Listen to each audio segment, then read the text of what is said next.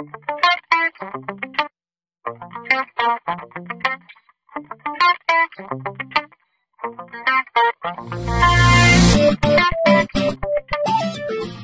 to Kite 104, How to Record and Edit Scripts. Here's a look at what we'll be covering. We'll show that recording typically starts by just navigating as a user would. You can then quickly tune your recording to change perhaps what defines the end of a page. And then, if you want to go further, you can add power, whether that be just using the point-and-click features of Kite to do no-code programming, and we'll show an example of that using dates in a little bit. And then finally, going even deeper, if you need to write your own code, you just use JavaScript, and you can use that to interact with the document object model in the browser or with Keynote APIs. It's all in this video, so hang tight, here we go. Let's start by recording a really simple script. Just bring up Kite and click the record button. We're going to go to the Google homepage here. And when we get to Google, we're just going to type Keynote Kite. And that's it for the script for now. And as simple as that, we've created a two-page script here. Now, your site would probably not be going to Google, but this is just an example to show you how, merely by navigating like a user would, we caught the particulars of what needed to happen here, including filling in the query field with Keynote Kite. Now let's save this script and then we'll run it.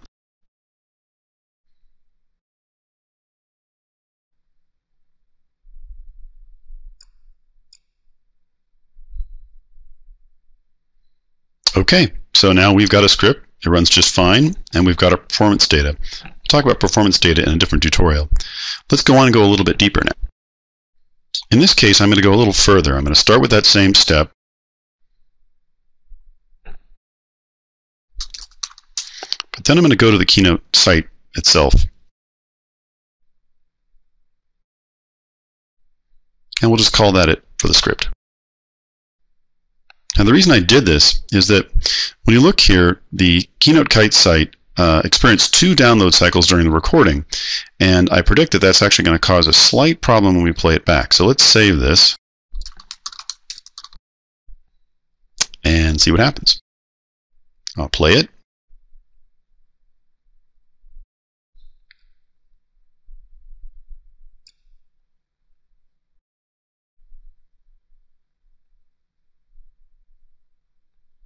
Now you notice, even though the page is displayed, the script thinks it's still running.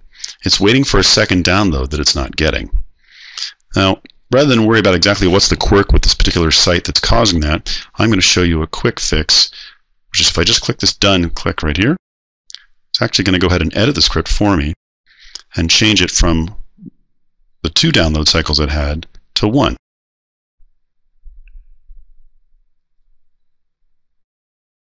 So now I can look, if I look here, that last step went from being 2 download cycles to 1 download cycle. Let's run the script now. It'll ask me if I want to save it. We'll say yes.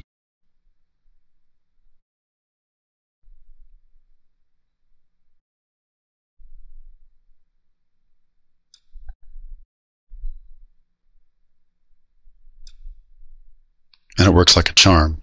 So we just saw an example of making a very minor tweak to a completion event in order to have the script run correctly. Otherwise, it was really going to hang on that last step.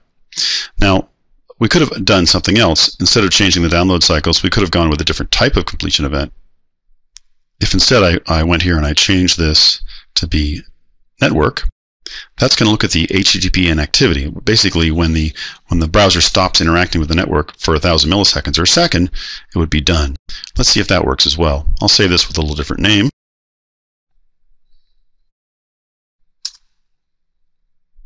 And we'll run it.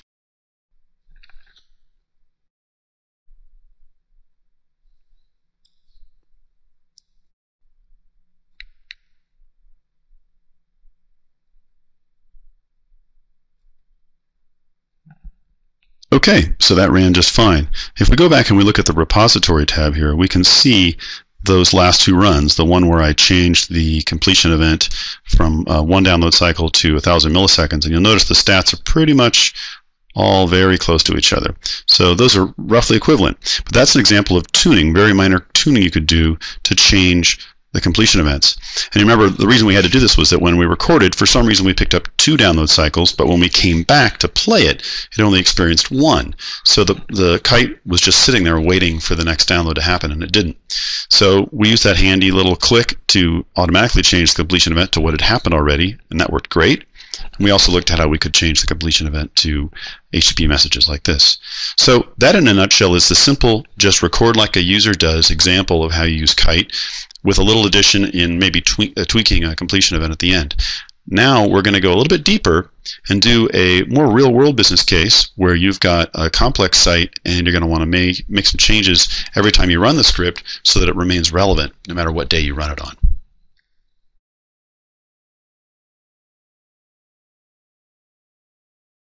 Now we're going to take a look at another example of a script that actually goes to a travel site and looks for travel. But when the script was recorded, of course, we had hard static dates in there. We put in particular dates. If you were to run this script a month or a year from now, those dates probably wouldn't be valid. So what we want to do is actually change those dates from being as they were recorded. If I click here, we can see that it was a static value, and that's what the value was. If I just go down and change this to say relative date and or time, and I say that I want the format to actually be in this format, which is month, day, and lowercase y, so I get a 2-digit year because that's what the site's looking for. And then I expand this offset and I say I want this to be, let's say, 10 days in the future. And just leave it like that. Now I'll go down here and I'll change this one in a similar way. I'll change that to a relative date. And I'll change this to lowercase y because I want to get that 2-digit date format you can see there. And then expand the offset section there. And let's say we want to make this 21 days in the future. When it gets to those steps, it's going to enter a date time in the format, and it's going to do the calculations. You're looking at it just like that. So we've replaced static values with relative dates. Every time the script runs, it's going to calculate what's 21 days in the future and put that there, and what's 10 days in the future and put that there. So that's a very simple way of using point-and-click no-code programming to make the script smarter. What if you always wanted travel to only occur on weekdays? Just bumping it ahead by 10 or 20 days is not going to do the job in that case if you're running a script all the time. So what we're doing in this next example is we're going to use JavaScript to calculate the dates and ensure that we never depart or return on a weekend. And the logic is really, really very simple, which is if the day of the week is a Saturday, then add 2 days to it, which will make it Monday. And if the day of the week is a Sunday, add 1 day to it, which again will make it a Monday. So let's take a look at what the JavaScript looks like for that. Now again, if you're not an experienced JavaScript programmer, don't try to understand everything you see. Just get the basic idea that this JavaScript program is going to do some math and determine what the day of the week is, and then come up with a day, month, year for the appropriate travel dates for the departure and the return. Or in this case, they're referred to as check-in and check-out. The only Keynote proprietary command in this entire script is a command that saves the value so that it can be used elsewhere within Kite. So the system.saveValue, which takes an argument of the variable name and the variable value, this is the only command in this entire script that's not just plain old JavaScript. So everything you see here could be researched by just Googling JavaScript commands on the internet. When this script it essentially calculates this check-in and check-out day, and if the check-in day is a Saturday, it's going to add 2 to it so that it would become the next Monday. And then it's going to save the value of the check-in date, the month, and year into Keynote values by using the system.saveValue. And we'll see why that's important in a minute. And the rest of the script is really doing similar stuff. If you checked in if your date wasn't Saturday or Sunday, then your dates are fine. Go ahead and store them like they are, and then we calculate the checkout date, basically the leaving date on the way back. Same way we did before. If it's a Sunday, add 1 to it. If it's a Saturday, add 2 to it, and then store the values as cout date, cout month, and cout year. Okay, so that's the JavaScript script. I'm just going to grab this whole thing. and we're going to see where we copy and paste it right into the Keynote script. Okay, so now we're back in that script we did earlier where we put the relative dates in there. We're just going to go to that step where the dates are concerned, and we're going to right-click on that step, and we're going to say we want to add an advanced script before this action. That'll open a scripting editor here, and what's going to happen is this script will be run by the agent before the rest of these steps are done. So let's just go ahead and paste that JavaScript in there that we had in the other window. And you remember it creates these variables like cout date, cout month, and cout year. So now that JavaScript is now embedded within our Kite script as this script before action. I'm going to go ahead and save this. So let's just recap the variables we're using to store the check-in date, the check-in month, and check-in year. This sin date, sin month, sin year. They're really in the format of date, date, month, month, and year. Now we stored them with that JavaScript within the JavaScript by using the system.saveValue command.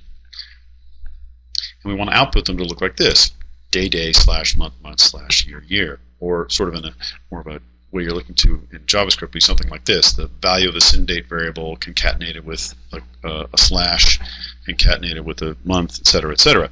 So let's take a look at how we can do that in Kite within the UI.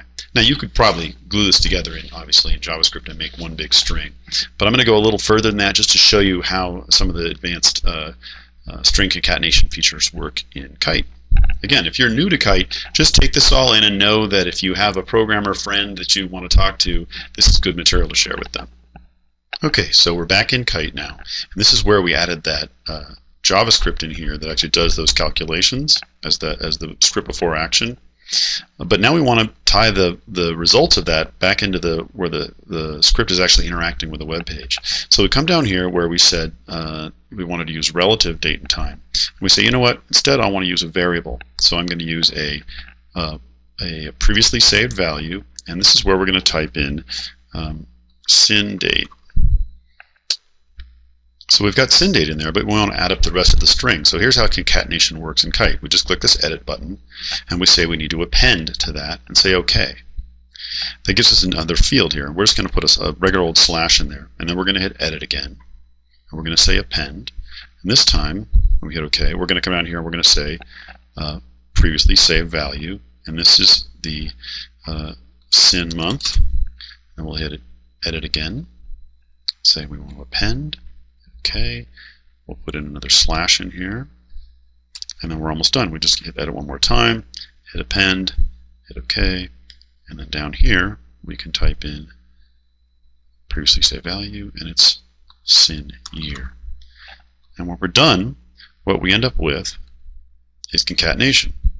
Value previously saved as sin date, plus the value previously saved as sin month, plus the value previously saved as sin year, with slashes in between. And again, you could have built up that whole string in the JavaScript and just put it in as one previously saved value, but this gives us a little more power in case we needed to use those date, months, or years somewhere else in the script. I'll bring up the finished product for you so you can see it in just a moment. So now we're in the script as it's finished, and you can see that both the departure date and the return date are built up with those variables. And now, every time we run the script, it's going to do that math, impose the criteria we did in our JavaScript. And this is just one minor way you can see how you can use JavaScript to really extend anything that Kite can do. The last thing I want to show you is that in addition to advanced scripts which can do calculations and such, you can actually interact directly with the browser using something we call a DOM script. So this interacts directly with the browser, whether you're looking for information or setting a value or firing an event. An example might be forcing a refresh of a page. So here's a script that goes to a news site, and then at one point it uses a DOM script to actually force a reload of the page, but allowing a browser to use the cache. In another step, it actually uses a DOM script to do the same thing, but forcing it to go back out to the network. And the way these are added is you literally just right-click on a step and use Add DOM Script, and it would open that window. So that's a specific example of what it looks like in Kite. Let's look at some other things you can do with DOM scripts. So you can also find a button and click on it. You can set the values of a form and then submit it. These are all things that if you know how to write JavaScript to act in a page, it's just doing the same thing, but you're doing it from within Kite, and it lets you actually very tightly control exactly what happens with the browser. That wraps up Kite 104. Here's what we saw. You record by navigating as a user would, and that's the foundation of any script, simple or complex. You can quickly tune to refine what makes an interaction step complete. You can add power as needed, either by using the point-and-click features in the Kite UI, such as the relative date example we used, or by writing your own Javascript, either to calculate variables on the fly or to interact directly with the DOM.